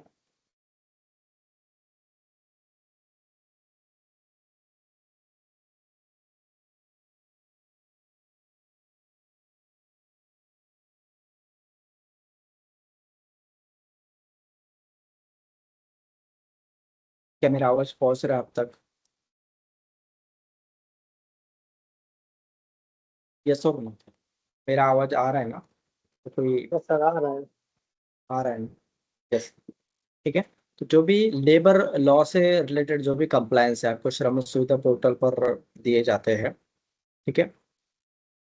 तो अगर किसी ने किया है श्रम सुविधा पोर्टल पर, मैंने एक बार मेरे कंपनी का, we are also contract labour provider, actually not a labour, जो भी EHS का जो डिपार्टमेंट आउटसोर्सिंग मेरा एक दूसरा बिजनेस है वो करते हैं, खैर उसके बारे में बाद में डिस्कस करेंगे। तो यहाँ पर हमने लेबर आइडेंटिफिकेशन नंबर के लिए अप्लाई किया था, तो मुझे बस उतना ही पता है। बाकी जो स्टेट के पोर्टल्स हैं वहां पर ही हम ये सारी चीजें करते हैं, इतना मुझे पता है। एम आई राइट? जो भी लेबर से रिलेटेड एक्टिविटी है, क्या वो हम स्टेट से पोर्टल से ही करते हैं? जैसे कि गुजरात गवर्नमेंट का है, आंध्र प्रदेश का एक लेबर लॉ का उनका पोर्टल है, महाराष्ट्र का तो पोर्टल है। राकेश जी, क्या हम महाराष्ट्र के पोर्टल से करते हैं? राकेश कांबळे, जयेश, गिरीश,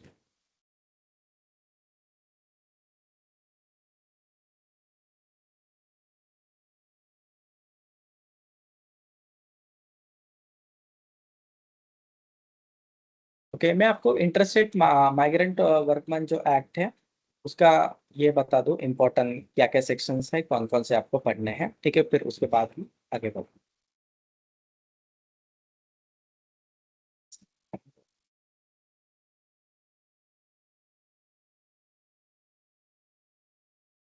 हाँ, यस।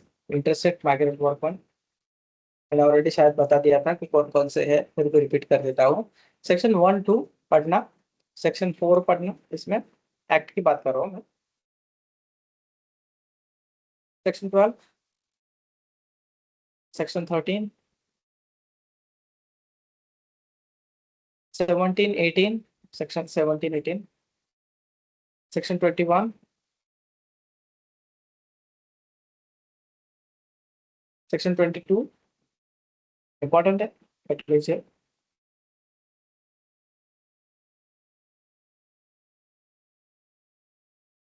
बस इतना बेसिक, ये आप रेफर कर लीजिए। ओके, सेक्शन का नंबर डाले मतलब सेक्शन में एक एक वर्ड जो भी है वो सब पढ़ लीजिएगा, ठीक है? Registration, again interstate migrant workman, मेरे पास अगर 5 से ज्यादा है तो मैं यहाँ पर इंटरस्टेट माइग्रेंट वर्कमैन का जो भी पोर्टल रहेगा वहां पर अप्लाई कर दूंगा। और जनरली मैंने ऐसा भी सुना है कि कॉन्ट्रैक्ट लेबर का लाइसेंस निकालते वक्त आपको ऑप्शन भी वहां पर सिलेक्ट करना होता है अगर आपके पास दूसरे स्टेट से वर्कमैन है तो। अब ये इंटरस्टेट माइग्रेंट वर्कमैन किसे कहा जाता है, इसका पहले डेफिनेशन पढ़ लेते हैं फिर आगे बढ़ते हैं। इस एक्ट के तहत वर्कमैन किसे कहा जाता सर हेलो। है? यस, हाँ बोलिए। सर सेक्शन 7 जो रजिस्ट्रेशन ऑफ सर्टेन एस्टेब्लिशमेंट, ये भी इम्पोर्टेंट है ना सर? पहले आपने बोला यस, था अभी। हाँ हाँ इम्पोर्टेंट है, सेक्शन 7 इम्पोर्टेंट है। Okay okay. हर एक एक्ट में रजिस्ट्रेशन जहां पर भी आएगा वो इम्पोर्टेंट है, ठीक है? अब इंटरस्टेट माइग्रेंट वर्कमैन किसे कहा जाता है ये देख लीजिएगा। It means any person who is recruited by or through a contractor in one state under an agreement or other arrangement for the employment in establishment in another state, whether with or without the knowledge of a principal employer in the relation to an such a establishment। अब यहाँ पर एक definition ध्यान से पढ़िएगा। Any person who is recruited bye contractor in one state under an agreement or other arrangement for employment in establishment in another state, मतलब उसका registration एक स्टेट में हुआ है लेकिन प्रोजेक्ट है दूसरे स्टेट में, तो उसे इंटरस्टेट माइग्रेंट वर्कमैन कहा जाएगा। It's that simple. एग्जांपल के लिए, अगर मान लो कि कोई लेबर का या फिर कोई वर्कमैन का रजिस्ट्रेशन महाराष्ट्र में हुआ है, ठीक है? उसका श्रम कार्ड, श्रम आईडी जो भी महाराष्ट्र का बना है, लेकिन प्रोजेक्ट कहाँ पर है? गुजरात में है, तो फिर वो क्या कहा जाएगा? इंटरस्टेट माइग्रेंट वर्कमैन कहा जाएगा। तो जनरली क्या किया जाता है कि भाई अगर प्रोजेक्ट आपका महाराष्ट्र में है तो आपका भी वहां पर महाराष्ट्र के लिए ही रजिस्ट्रेशन होगा अंडर द कॉन्ट्रैक्ट। और हाँ, यहाँ पर जो भी श्रमिक है, जो भी लेबर है, जो भी वर्कमैन है, तो वो एक कॉन्ट्रैक्टर से दूसरे कॉन्ट्रैक्टर में स्विच कर सकते हैं, तो अगेन उनका रजिस्ट्रेशन वहां पर हो जाएगा। भले उन्होंने किसी दूसरे स्टेट के लिए रजिस्ट्रेशन किया हो तो वहां पर ऑप्शन रहता है। इसके बारे में कोई मुझे बताएगा जरा, अगर किसी ने किया है तो ये पोर्टल जनरली स्विच किया जाता है तब। मान लो कि झारखंड में किसी लेबर का रजिस्ट्रेशन हुआ है किसी कॉन्ट्रैक्टर के अंदर, अब वो वहां पर प्रोजेक्ट खत्म हुआ है, अब यहाँ पर प्रोजेक्ट स्टार्ट है महाराष्ट्र में, तो फिर क्या प्रोसेस रहता है बताएगा? उसका री रजिस्ट्रेशन तो रहता ही है, मतलब महाराष्ट्र के पोर्टल में उसका ऐड किया जाता है। तो क्या इतना ही है या और कुछ है कंप्लायंस, को बताएगा मुझे? मैंने तो इतना ही सुना।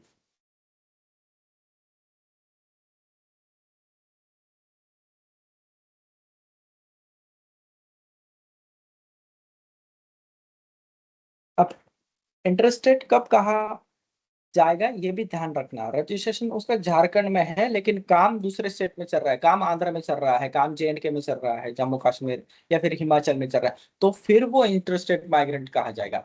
लेकिन जहां पर प्रोजेक्ट है वहां का कॉन्ट्रैक्टर उसका अगर रजिस्ट्रेशन कर रहा है उस स्टेट के पोर्टल के ऊपर, तब वहां वो व्यक्ति इंटरस्टेट नहीं रहेगा, चाहे वो इंडिया में कहीं का भी रहने वाला हो, उसके आधार कार्ड पर कोई भी एड्रेस हो। ये थोड़ा सा ध्यान रखना, ठीक है?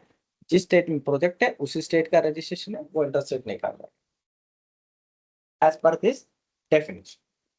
ये ध्यान में रखना। प्रिंसिपल एम्प्लॉयर अगेन सेम रहेगा, कुछ ज्यादा चेंजेस नहीं है। प्रिंसिपल एम्प्लॉयर किसे कहा जाता है? अब लोग कॉन्ट्रैक्टर सब कॉन्ट्रैक्टर में कंफ्यूज मत करना। प्रिंसिपल एम्प्लॉयर क्या करता है कि भाई मुझे ब्रिज बनाना है, मुझे टनल बनाना है, या फिर मुझे बिल्डिंग बनानी है, जो भी प्रोजेक्ट है XYZ कमर्शियल बिल्डिंग वगैरह जो भी, तब वो खुद तो नहीं बनाएगा जिसका लैंड है, तो वो क्या करेगा, किसी और कंपनी को काम देगा। LNT हो गया, अशोका हो गया, जो भी कंपनी है, जो XYZ कंपनी है, तो उसको वो काम क्या देगा, वो कॉन्ट्रैक्ट देगा कि भाई आप मेरे लिए ये ब्रिज बना के दो। जैसे कि गवर्नमेंट होता है, तो गवर्नमेंट क्या करेगा, उनको रास्ता बनाना है, तो वो क्या करेगा, उस रास्ते का टेंडर निकालेगी, वो कॉन्ट्रैक्ट किसी कंपनी को देगी, तो फिर वो कंपनी क्या कहलाएगी, कॉन्ट्रैक्टर कहलाएगी। ठीक है, तो वो मेन कॉन्ट्रैक्टर कहलाएगी। अब ये कंपनी क्या अकेली काम करती है क्या? नहीं, उसके नीचे भी कई कॉन्ट्रैक्टर अपॉइंट किए जाते हैं, तो फिर उनको क्या कहा जाएगा, सब कॉन्ट्रैक्टर कहा जाएगा। That's it. अब कभी कभी सब कॉन्ट्रैक्टर भी अपने यहाँ पर सब कॉन्ट्रैक्टर अपॉइंट करते हैं, तो ये भी केस रहता है उसमें। तो जितने भी मैंने आपको सेक्शंस बताए इस एक्ट के, वो सही से पढ़ लीजिएगा। Registration of certain establishment, every principal employer जो भी है पोर्टल पर अपना सही से रजिस्टर करे। अगर आपके पास 5 से ज़्यादा इंटरस्टेट माइग्रेंट वर्कमैन है तो जनरली इसको अवॉइड करने के लिए लोग उनका रजिस्ट्रेशन ही नए से कर देते हैं उसी स्टेट में।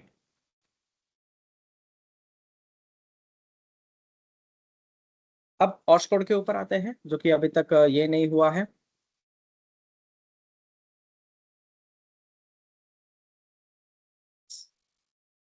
इन्फोर्स नहीं हुआ है, इनैक्टमेंट हो चुका है इसका। ठीक है, the occupation safety health and working conditions code 2020। Okay, अब इसे आप ऑक्सफोर्ड हम शॉर्ट में कहते हैं। ये इस कोड का नाम ये इतना बड़ा है, याद रखना। अब आप बोलोगे सर कोड क्यों है, इसका नाम एक्ट क्यों नहीं दिया गया है? अब कोड कहो या बिल कह सकते हो आप, उसका मीनिंग जो है वो वही है कि ये कानून है, याद रखना। दूसरी बात, अब ये कानून क्यों लाया गया, ये इंपॉर्टेंट लाइन है यहाँ पर, वो पढ़ लीजिए। An act to consolidate and amend the laws regulating the occupation safety, health and working conditions code of person employed in establishment for the matters connected therewith or incident there। ठीक है, तो इसमें बहुत सारे जो कानून है इसको क्या किया गया है, क्लब किया गया है, कंसोलिडेट किया गया है, ये भी याद रखना है। अब अगेन सेक्शन 1 क्या है, डेफिनेशंस होगी उसमें सब। सेक्शन 2 में डेफिनेशन होगा, सेक्शन 1 में इसका एक्सटेंड होगा। It shall count for such date central government में भी प्रिस्क्राइब। उसके बाद ये कहाँ पर अप्लाई रहेगा और कहाँ पर अप्लाई नहीं रहेगा। It shall not apply to the offices of the central government, office of the state government and any ship of war of any nationality। ठीक है, यहाँ पर ये अप्लाई नहीं रहेगा, ये एप्लीकेबल नहीं रहेगा, याद रखें। डेफिनेशन, एडल्सन का डेफिनेशन इसमें दिया गया है, अडल्ट का डेफिनेशन इसमें दिया गया है, अप्रोप्रिएट गवर्नमेंट किसे कहा जाता है उसका एक कंसोलिडेटेड पूरा एक डेफिनेशन इसमें दिया गया है, याद रखना। आपको इसके एक्ट के जो नाम है वो यहाँ पर बताना चाहूंगा कि कौन कौन से एक्ट है। एक सेकंड में ढूंढ लेता हूँ कि कौन कौन से एक्ट को इसने मर्ज किया है।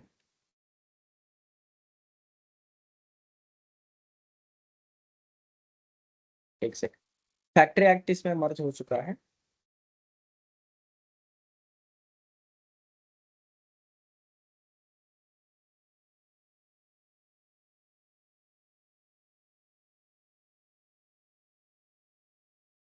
Yes. Number one, the factories act 1948। दूसरा है द माइंस एक्ट 1942, मतलब माइंस वाला भी आ गया है। The dock workers act, POCW act, ठीक है। उसके बाद the plantation labour act 1951। The contract labour act मतलब सीएलआरए जो अभी पड़ा वो भी इसमें मर्ज हो चुका है। इंटरस्टेट माइग्रेंट वर्कमैन एक्ट वो भी इसमें आ गया है। The working journalist and other newspaper employees and miscellaneous provision act 1950, मतलब जो जर्नलिस्ट है, जो मीडिया के लोग हैं वो भी इसमें आ गए। द वर्किंग जर्नलिस्ट एक्ट वो भी इसमें आ गया। मोटर ट्रांसपोर्ट वर्कर्स, ठीक है। तो मोटर ट्रांसपोर्ट जो वर्कर है उनका भी एक एक्ट है, वो भी इसमें आ गए। नेक्स्ट है the sales promotion employees act 1976, वो भी इसमें आ गए। नेक्स्ट एक्ट है the beedi and cigar workers act 1966, वो भी इसमें आ गए। नेक्स्ट है द सीने workers and cinema theatre workers act 1981। तो इस तरीके से 13 कानून है जिसमें ये मर्ज हो चुके हैं, और इन सबको मिला के ये कानून बना है the occupational safety and health working conditions code 2020। याद रखना। Sir screen yes. रुक गया था आपका, कुछ दिखा ही नहीं। सर स्क्रीन रुक रहा था। स्क्रीन एक्चुअली मैं दूसरे इस पर दिखा रहा था, मैं आपको दिखा देता हूँ।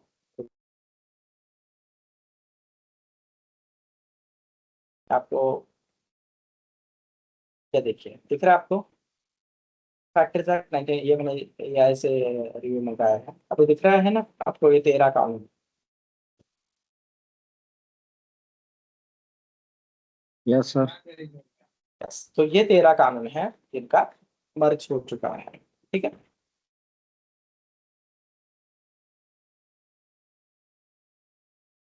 अपना मैं आपको स्क्रीन शेयर करता हूँ।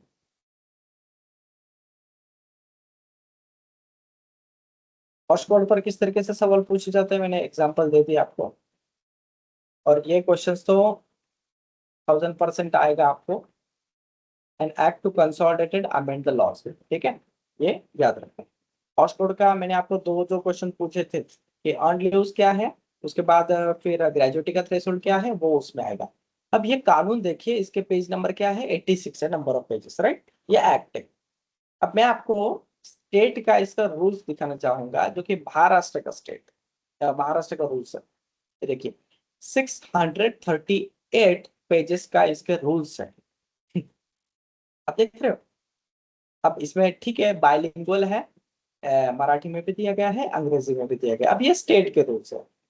अब ये कहाँ से मिले मुझे? इनकी डिपार्टमेंट ऑफ जो डिश का वेबसाइट है, directorate of industrial safety health, वहां से मिला है मुझे। तो आप देख सकते हैं यहाँ पर। अब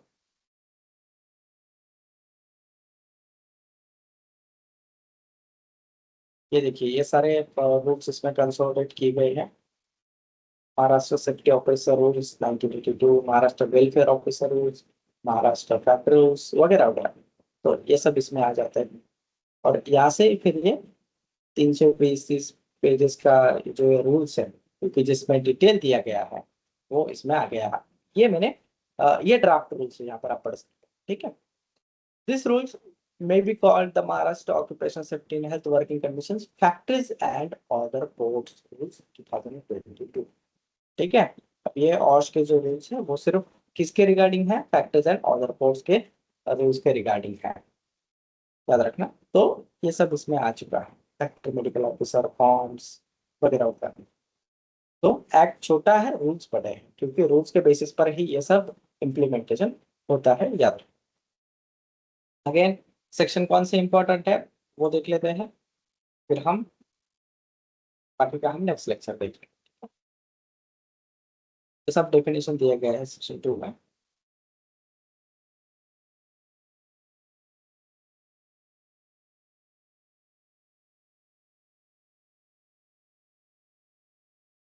सेक्शन 4 इंपॉर्टेंट है।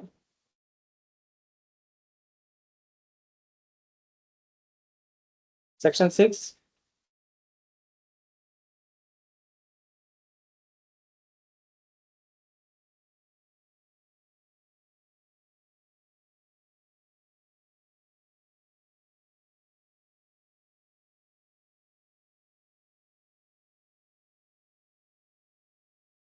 यहाँ पर अगर आपको सेक्शन के टाइटल पढ़ने ना, यहाँ पर राइट साइड देखिए, यहाँ पर टाइटल दिए जाते हैं, national occupation safety advisory board, ये देखिए, दिख रहा है आपको? ठीक है, तो यहाँ पर आप देख सकते हैं।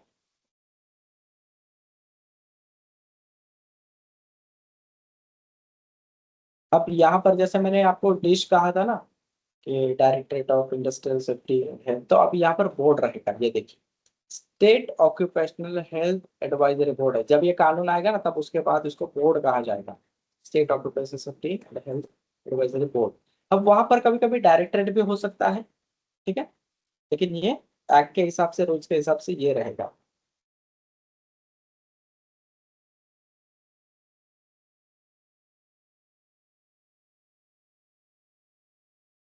सेक्शन 22 देख लेना, सेक्शन 23,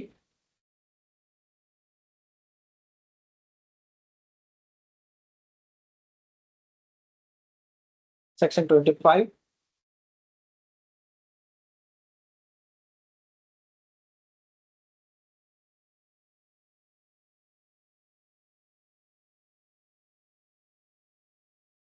सेक्शन 26(7),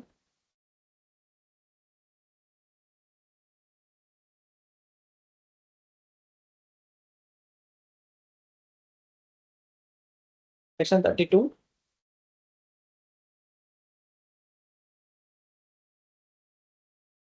यहाँ पर हम जिसे फैक्ट्री इंस्पेक्टर कहते हैं ना, तो उनका ये देखिए क्या रहेगा, इंस्पेक्टर कम फैसिलिटेटर्स, ऐसा नाम रहेगा उनका।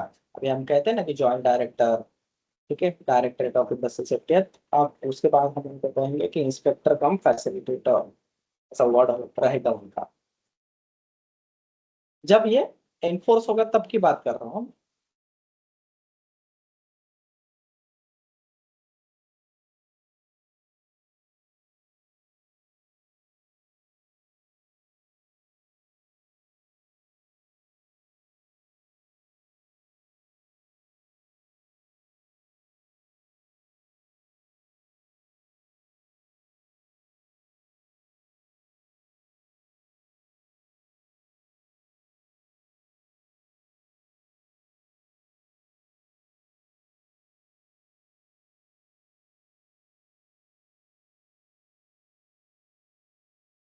सेक्शन 55,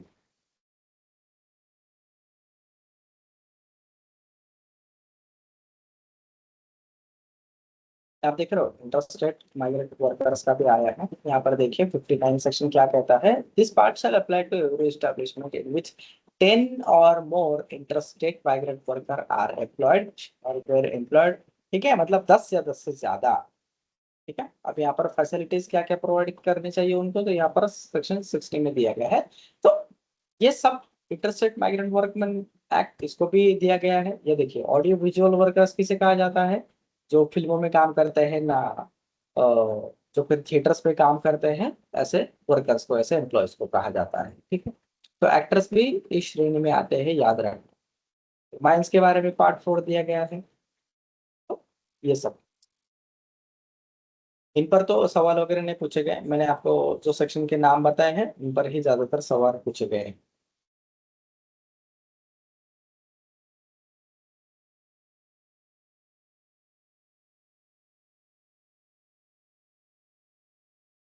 यहाँ पर देखिए, power to make rules to exam 91,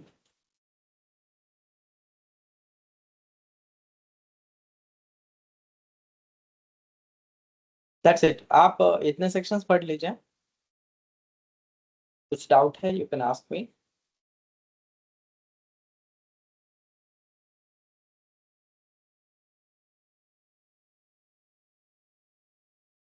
आप जिस स्टेट में काम करते हो, जब ये एनफोर्स होगा तब उसके रूल्स पढ़िएगा उस स्टेट के हिसाब से, ठीक है।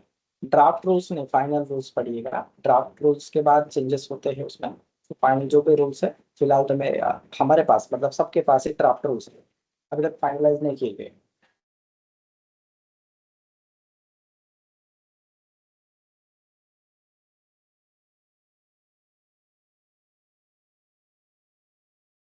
अब यहाँ पर ये सेक्शन 140 थ्रू, देखो यहाँ पर रिपील एक वर्ड इस्तेमाल किया गया है। मतलब क्या, जिस दिन से ये इन्फोर्स होगा ना, उस दिन से ये सारे कानून रिपील किए जाएंगे, हट जाएंगे। इनके नाम दिए गए, देखिए the factories act 1948, the plantation labour act, the mines act, working journalist, जो मैंने अभी बताया था। तो ये 13 जो कानून दिए गए हैं ये सब हट जाएंगे, ठीक है।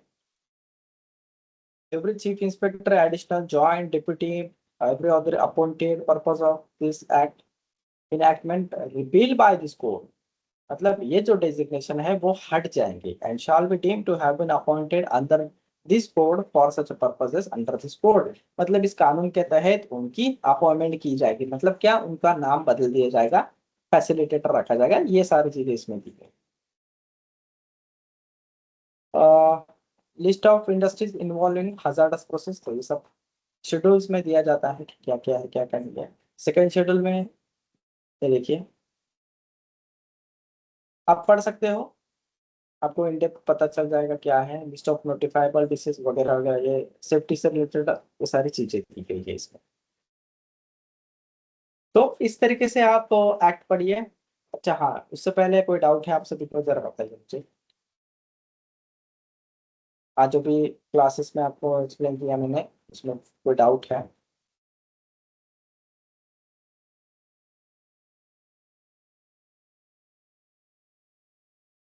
और जो भी स्टूडेंट्स रिकॉर्डिंग्स देखते हैं, तो मैं ये भी कहना चाहूंगा कि आप ज्यादा से ज्यादा लाइव क्लास अटेंड करने की कोशिश कीजिए। यहाँ पर अच्छे तरीके से डिस्कशन होता है, rather than कि आप सुनो रिकॉर्डेड। और हाँ, जाने से पहले मैं आप सभी को दिवाली की ढेर सारी शुभकामनाएं देना चाहूंगा, आपके खुद को और आपके फैमिलीज को भी। हैप्पी दिवाली आप सभी को, ढेर सारी शुभकामनाएं। आपको भी सर, आपको भी सर, आपको भी सर, Thank आपकी you. Happy Diwali Diwali sir, आपको भी। ओके गाइस, Happy चलो बाय, थैंक यू। तो कल मिलते हैं same time. Happy Deepawali sir. Thank you so much. Yes, आप सभी को सारा देश यहाँ पर थैंक यू सर। दीपावली मना रहा है। Thank you.